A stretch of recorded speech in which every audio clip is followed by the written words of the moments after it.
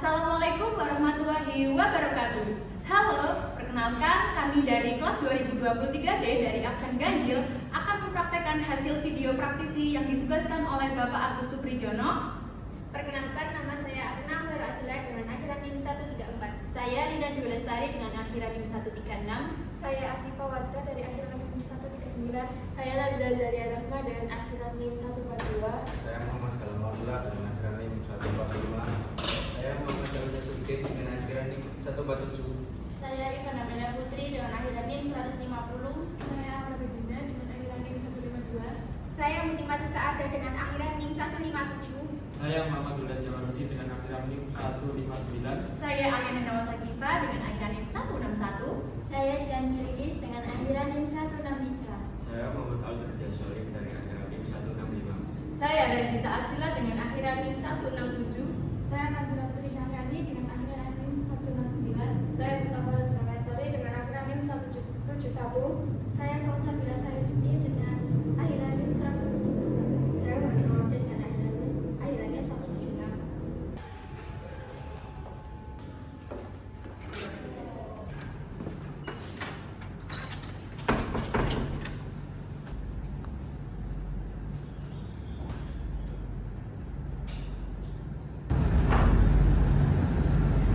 Assalamualaikum warahmatullahi wabarakatuh. Waalaikumsalam warahmatullahi wabarakatuh. Selamat pagi semuanya. Selamat pagi. Bagaimana kabar kalian hari ini? Alhamdulillah baik.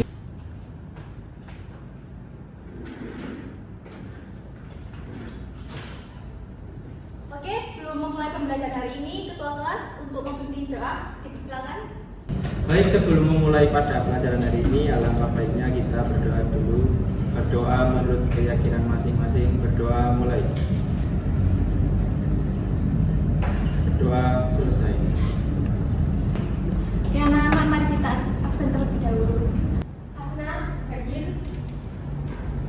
Rina Hadir. Muhammad Galar, Hadir.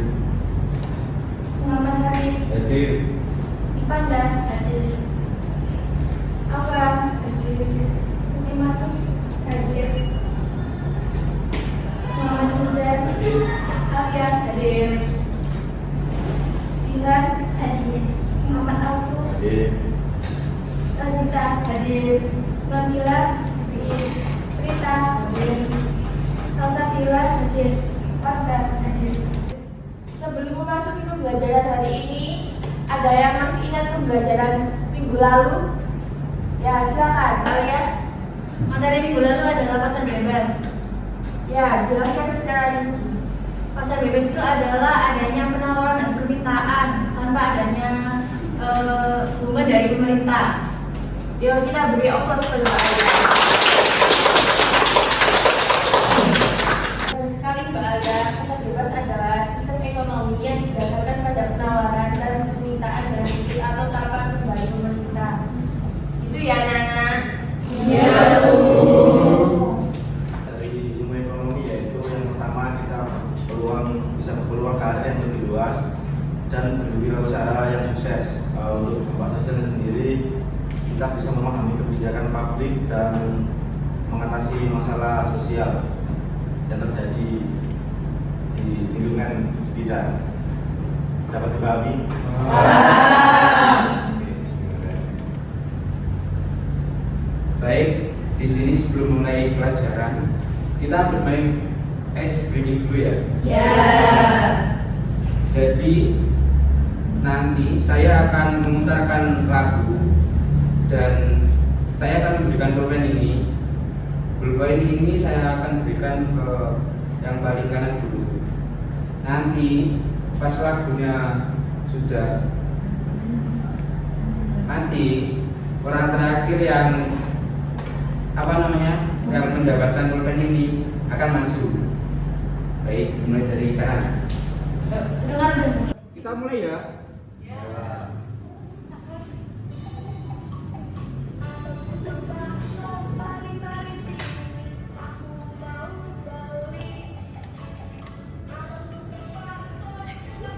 Semangat dong.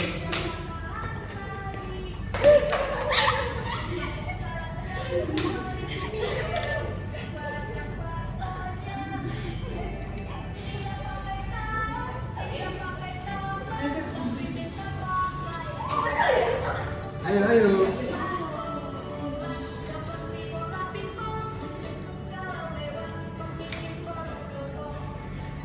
Berhenti.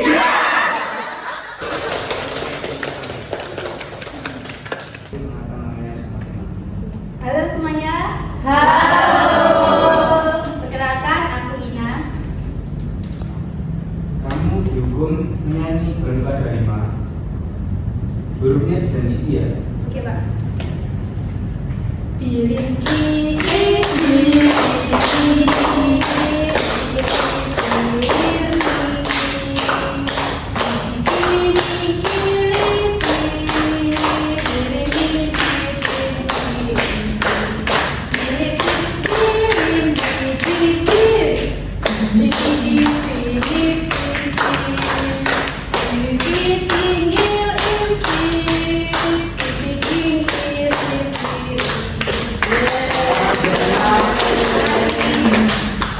Silakan kembali.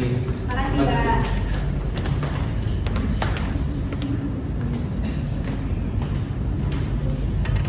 Tujuan materi pembelajaran kali ini tentang perjalanan internasional. Yang pertama yaitu siswa dapat memahami konsep dasar perdagangan internasional. Siswa akan mempelajari definisi, karakteristik, dan jenis perdagangan internasional. Yang kedua, mampu menganalisis faktor pendorong dan penghambat perdagangan internasional. Yang ketiga, mengidentifikasi risiko dan tantangan dalam perdagangan internasional. Materi yang akan saya sampaikan pada hari ini yaitu tentang perdagangan internasional.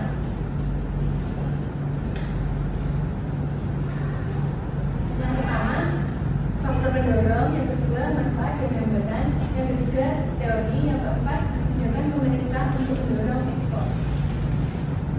Yang pertama yaitu faktor pendorong.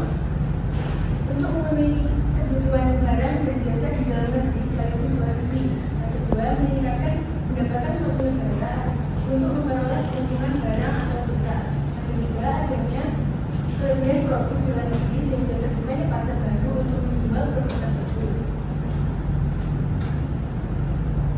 Dua, manfaat perdagangan internasional. Yang pertama ada selanjutnya hambatan perdagangan internasional. Yang pertama, kualitas sumber daya yang ada. Suatu negara yang memiliki kualitas barang rendah akan sulit bersaing dengan barang-barang yang dihasilkan oleh negara lain yang kualitasnya lebih baik. Yang kedua, kualitas sumber daya yang ada. Suatu negara akan melindungi barang yang dihasilkan di negeri sendiri karena tidak ingin negara yang diproduksinya lebih unggul, sehingga dengan ini suatu negara bisa menetapkan tarif impor suatu barang. Yang keempat yaitu kebijakan pemerintah untuk menangani bersaing dan pasar internasional. Yang kedua, memilih komoditas ekspor unggulan. Memilih komoditas unggulan yang layak diproduksikan atau didistribusikan keluar atau dalam negeri karena banyak negara lokal yang menjadi sektor prioritas untuk diekspor seperti produk tekstil, industri, dan lain-lain. Sekian pemaparan materi pada hari ini. Setelah menjelaskan materi, saya akan membagi kalian menjadi 3 kelompok. Saya bacakan ya kelompoknya. Kelompok 1, Ahna, Lina, Afifa, Nabila, Galang, Habib. Kelompok 2, Ifanda, Aura, Wildan, Alia, Jihan. Kelompok 3, Gias, Sela, Rani, Prita, Salsa, dan Warga.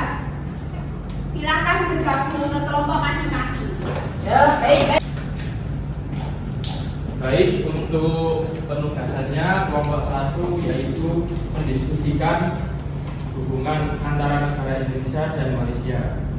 Terus yang kelompok 2 mendiskusikan hubungan antar negara Indonesia dengan Brunei Darussalam. Terus yang kelompok 3 yaitu mendiskusikan hubungan antara Indonesia dengan Singapura. Oke, silakan didiskusikan dengan kelompoknya masing-masing. Baik, setelah kalian berdiskusi dengan kelompoknya masing-masing, saya akan memilih salah satu orang dari kelompoknya masing-masing untuk mempresentasikan hasilnya di depan kelas. Yuk, dari kelompok 1 saya akan memilih Mbak Bila, maju.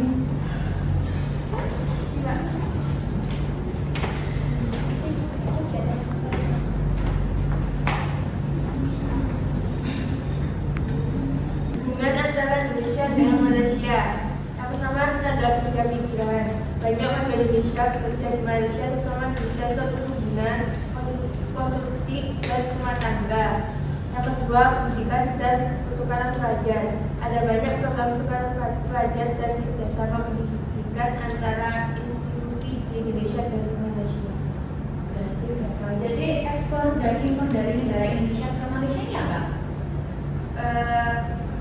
Kayak seperti produk minyak bumi dan gas, musik, dan peralatan listrik, dan barang-barang elektronik. Terima kasih. Beri tepuk tangan. Selanjutnya kelompok 2. Kelompok 2, ayo Mbak Jihan maju.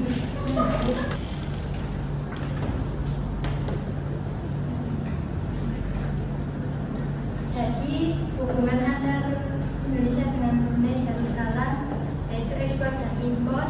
Indonesia mengekspor berbagai produk ke Brunei termasuk barang konsumsi. Sebaliknya Brunei terutama mengekspor minyak dan gas ke Indonesia. Terima kasih. Beri tepuk tangan teman-teman. Selanjutnya kelompok yang terakhir. Yuk Mbak maju.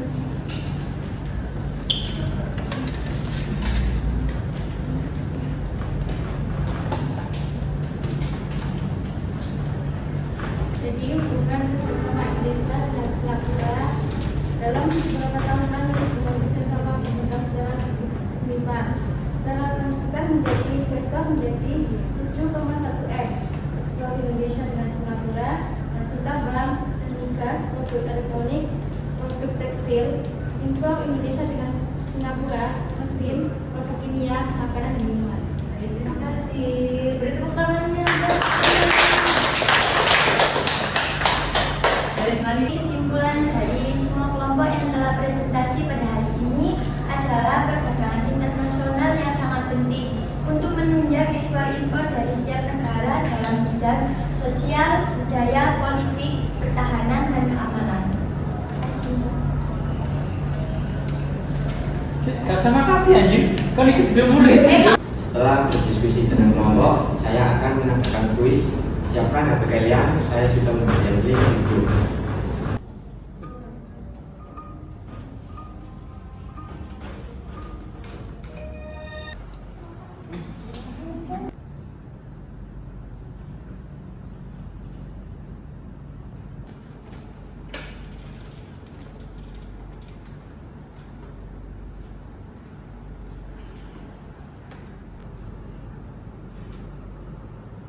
Baik, untuk pemenang kuis kali ini yaitu Mbak Muti Matu Saada, saya akan memberikan sebuah reward kepada Mbak Muti Matu Saada. Mari Mbak. Yeay.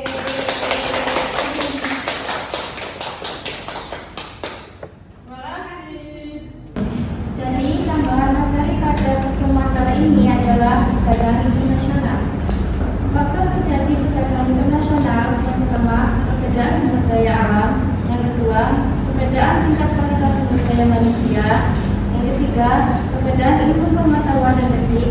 Keempat, perbedaan budaya suatu bangsa. Dan kelima, perbedaan harga, produksi, dan selera setiap orang. Untuk materi pertemuan selanjutnya adalah monopoli perdagangan.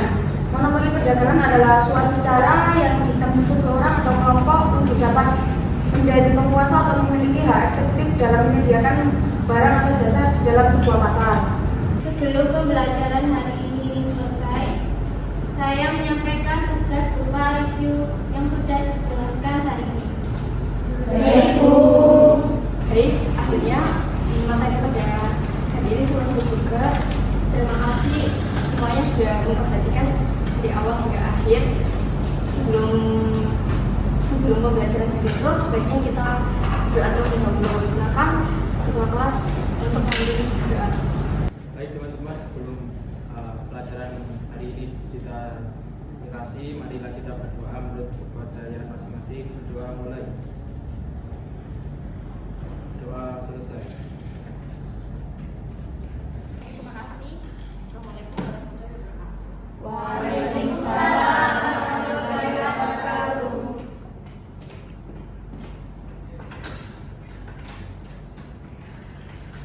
Jadi fenomena yang saya lakukan adalah kegiatan pendahuluan, yakni salam pembuka dan menanya kabar.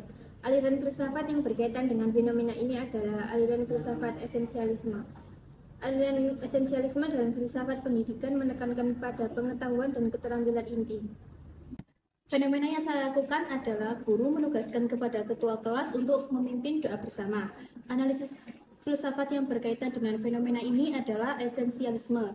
Dengan hal ini, konsep yang terkandung dalam pendidikan esensialisme untuk membentuk perilaku siswa sesuai nilai Pancasila dan nilai spiritual atau nilai ketuhanan. Kaitannya dengan aliran ini, guru harus mampu mentransformasikan pengetahuan dan nilai-nilai kebaikan kepada siswa. Jadi, fenomena yang saya lakukan adalah mengabsen siswa. Fenomena ini saya lakukan berkaitan dengan filsafat pendidikan esensialisme. Filsafat pendidikan esensialisme ini sendiri adalah suatu filsafat yang mementingkan disiplin, tanggung jawab, dan keteraturan dalam pendidikan. Yang saya lakukan adalah mengapresiasi siswa. Analisis filsafatnya yaitu progresivisme, karena menekankan pada pengalaman belajar dan pertumbuhan pada siswa.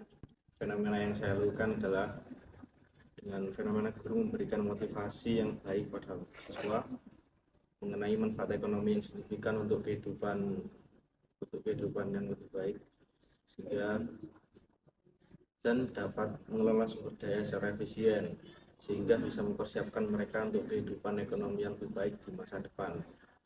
Contoh analisis filsafat dari fenomena ini adalah mendekati filsafat pragmatisme karena motivasi yang diberikan oleh guru untuk mengaitkan ekonomi dengan kehidupan sehari-hari mencerminkan pendekatan pragmatisme.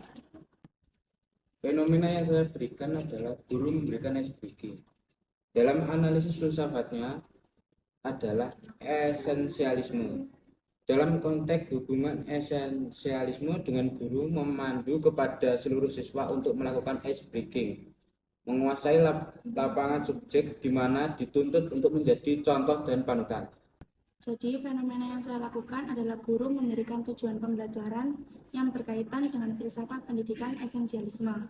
Guru menetapkan tujuan pembelajaran berdasarkan kurikulum yang dianggap penting, menekankan pengetahuan dan keterampilan inti yang harus dikuasai oleh semua siswa.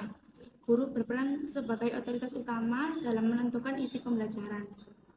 Jadi, fenomena yang saya lakukan yaitu guru memaparkan materi tentang perdagangan internasional berupa tayangan PPT dan menyampaikannya secara lisan.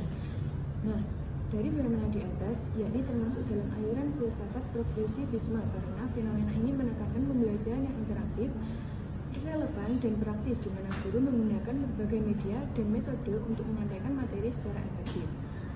Fenomena yang saya lakukan yaitu guru membagi siswa menjadi beberapa kelompok. Hal ini berkaitan dengan analisis filsafat progresivisme yang menekankan pentingnya pembelajaran yang relevan dan kontekstual bagi kehidupan siswa. Fenomena yang saya lakukan yakni membagikan tugas ke setiap kelompok. Hal ini bersangkut paut dengan filsafat rekonstruksionisme sosial. Aliran ini bertujuan untuk membangun kembali sistem pemikiran dan pemahaman kita berdasarkan bukti empiris dan pengalaman yang nyata. Fenomena yang saya lakukan adalah menyuruh siswa mempresentasikan hasil diskusinya di depan kelas. Hal ini berkaitan dengan analisis filsafat rekonstruksionisme sosial karena untuk mengembangkan gaya bicara atau public speaking kepada siswa dan menerapkan strategi agresif untuk mengubah keadaan menjadi efektif. Dari fenomena yang saya lakukan, guru memberikan saran dan masukan kelompok yang terbaik termasuk dalam filsafat pendidikan progresivisme. Filsafat ini menekankan pembelajaran yang relevan bermakna pada siswa. Jadi fenomena yang saya lakukan adalah memberikan kesempatan buat murid. Hal ini termasuk analisis filsafat rekonstruksionisme sosial. Melalui analisis filsafat ini, kita bisa memahami inflasi dan tujuan dari penggunaan kuis dalam pendidikan serta tampaknya terhadap pembelajaran dan pengembangan individu. Dari fenomena yang saya lakukan adalah memberikan hadiah yang termasuk dalam filsafat progresivisme adalah menekankan pada peningkatan kemampuan peserta didik melalui pengalaman yang memperoleh perubahan secara pribadi yang menimbulkan apresiasi dan kreasi peserta murid tersebut. Jadi, fenomena yang saya lakukan ketika guru merefleksikan materi pembelajaran termasuk dalam filsafat pendidikan progresivisme.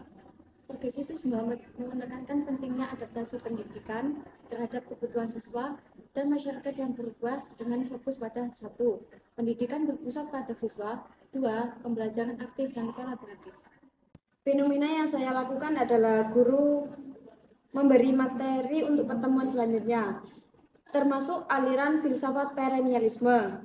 Hal ini agar mendorong siswa untuk memulai membangun pemahaman mereka sebelum pertemuan kelas. Fenomena yang saya lakukan adalah menyampaikan tugas berupa review yang sudah dijelaskan hari ini.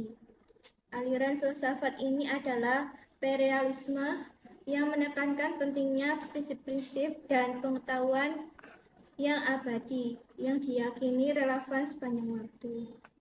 Pada fenomena yang saya lakukan adalah guru menyuruh ketua kelas untuk memimpin doa bersama dan menutup pelajaran hari ini.